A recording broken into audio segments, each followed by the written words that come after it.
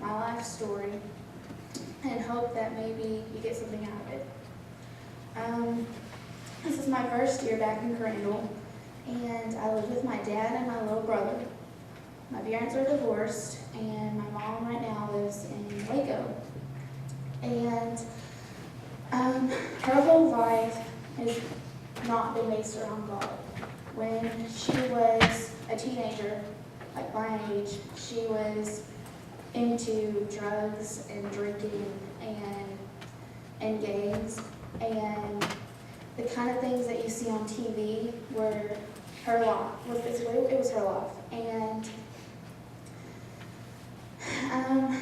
that's basically how her life has unfolded. And for a while, she was one of those kind of people that you didn't want to be around. And she was one of those people that you just looked at and said, I really need to pray for that person because their life is crap. And for a little while, when she met my dad and had me and my little brother, her life was all right. She wasn't on any drugs like that. She had a job, and life was good. And then when things got really bad, she turned to drugs. And when I was around 8, she decided that she wanted to leave because that kind of lifestyle was more important than me and my little brother.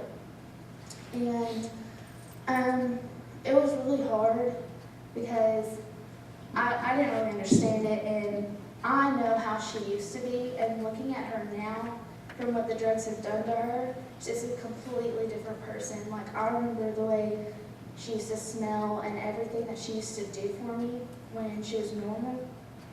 And I really miss it, and I feel so bad because my little brother doesn't know anything about that.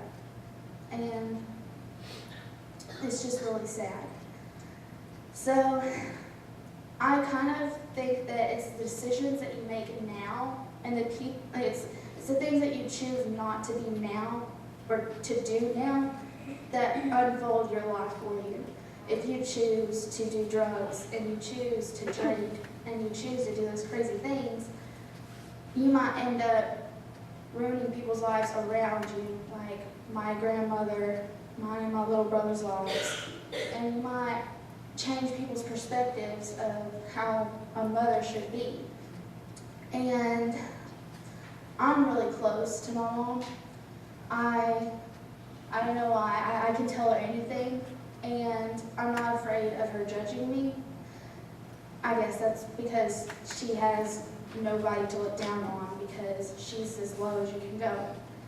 And I don't know why, but I don't tell God anything. I don't even admit to myself things that I do. I think it's because I'm more afraid of what God will think because he looks down on me, but my mom is so low. And that's not the right thing to do because God is on every corner. He does things in my life that, you can see, like you see daily, like little things that, oh my God, that's just God. Like when I hear Bailey and Michaela sing, like I get the shivers, and I know, like little things that they say, it's just tugging at my heart, like. And I think back to little things that I do, and I ask myself, why did I do that? Because look at the life that I could have walking with God and not walking on the side that my mom did. And I think a lot of people are afraid to admit to God what you're really feeling and try to admit to him, why it's so hard to not walk with him. And I think that everyone needs to realize that you can trust in God and you can tell him your secrets because he sees them anyways. He sees what you feel and what you think, and he knows what's in your heart.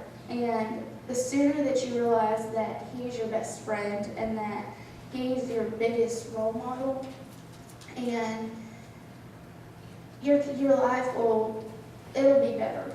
And I have a verse. It's Philippians 1:6. God began doing a good work in you. and I'm sure He will continue it until it is finished, when Jesus Christ comes again. And that's definitely the truth. So don't be afraid of the things that you do. Don't be afraid that God will judge you. Don't be afraid to talk to Him, because He's your best friend. And the sooner you realize that, the happier you will be.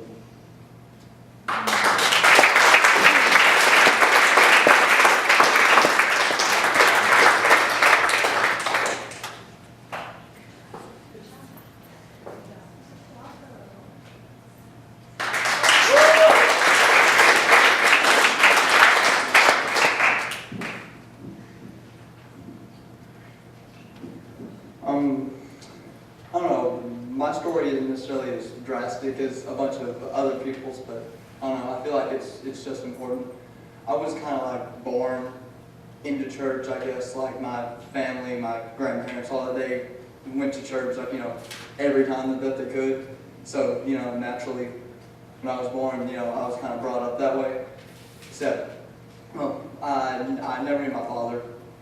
He was gone before I was born, so my mom had to work all the time to support herself and myself. So I was living with her parents throughout most of my younger life. And my grandparents, they were, some of the best Christian people that I've known. They've done everything. It's just, I don't know, they're real out of touch, I guess, so it didn't really so much leave as much of an impact on me as it should have.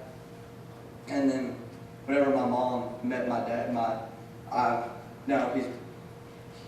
he's my dad. He's not my biological father, but he's my dad. He raised me, but he's, the exact opposite of me. He's, trucks and steak and and I'm the exact opposite of that. So we didn't always see eye to eye on everything, but then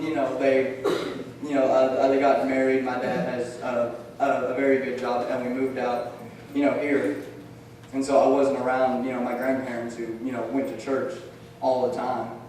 So we found a church, not gonna name names, but we started going there, and started getting involved in the youth there, and wasn't necessarily the best group of people I've met. Kind of started seeing kind of like a hypocritical side of people, they'd show up, it'd be more of I would hear people talking about, oh man, just what here what happened last night, and be kind of stuff like that, and that's kind of when I started shunning away. And then my parents did stop becoming as involved, and they just kind of forced me to go on Sunday. So I just kind of show up, and then I'd just kind of sit there for an hour, and then I'd go home. But and then eventually just got to the point where we just stopped going completely. And then with that, but my parents still tried to force what they thought was right on me, and that's really what kind of drove me away. And then started getting into high school. What hasn't always been easy, or I don't know, it hasn't always been easy or fun, but I've got through it. But then it was about before contest for band this year. My mom said that I need to start getting involved in church again. So we came here one Wednesday. My parents haven't been back since, but I have. Just, I don't know, here it's just, I don't know, more open, I guess. Everyone's real happy and welcoming here, and I just kind of know more people here. But but I guess and even then I haven't always been I've been here, I just haven't been here. Does that make sense? Yes. All right, cool. Because then it's it's just being surrounded by the people, and especially my family who would never go to church, but then still say things like we'd be watching the news, and they'd be something about, especially now, something about like gay marriage or legalizing drugs, and they'd just be like, oh, that's the devil, we don't need any of that. And I'm just kind of sitting there, and it's like, I'm like, you want to impose, judgment on others, and you don't even go to church. And I know it's always just been kind of that's kind of, kept me away. It's just, I don't want to be involved with, these people who are going to say one thing and do the exact opposite. But, yeah, let's see, and even now, it's one of the kind of things that kind of keeps me from, so it's kind of the thing that keeps me from, I don't know, just being here like 100%. But I would have, last Thursday, my great-grandmother died at the age of 92. It wasn't something drastic. I mean, it was just, it was her time. We went up there for the funeral yesterday. And, and our family's been real kind of split up because, from her side, it's, a Methodist, the other side is a Church of Christ, and, I'm kind of sitting in the middle, going to a Baptist church. And, so there's always been kind of even then, it's like a conflict between, denominations, and I still don't understand that. But I just remember the guy, he was up there talking about my great-grandmother. There's people from all different forms of, Christianity. And he said, and that really kind of, it hit me. It doesn't matter if you're, Methodist or Church of Christ or Catholic, Baptist. There's this huge list. We're all just part of one Christian body. And I guess something like that hit with me. And then, because my great-grandmother was a real, religious woman, but I know it was just kind of that and something else that he said. It's really hit with me, and it's really helped me. It's it's not so much what the other people do as it is what you do that matters. So I mean, just that, and I'm still not 100% on track right now, but I'm getting there. So and I don't know. It's just all this stuff that's been happening. I don't know if there's just kind of one thing I can say. It's just don't ever really quit. It's it's. I'm not so sure what to say now.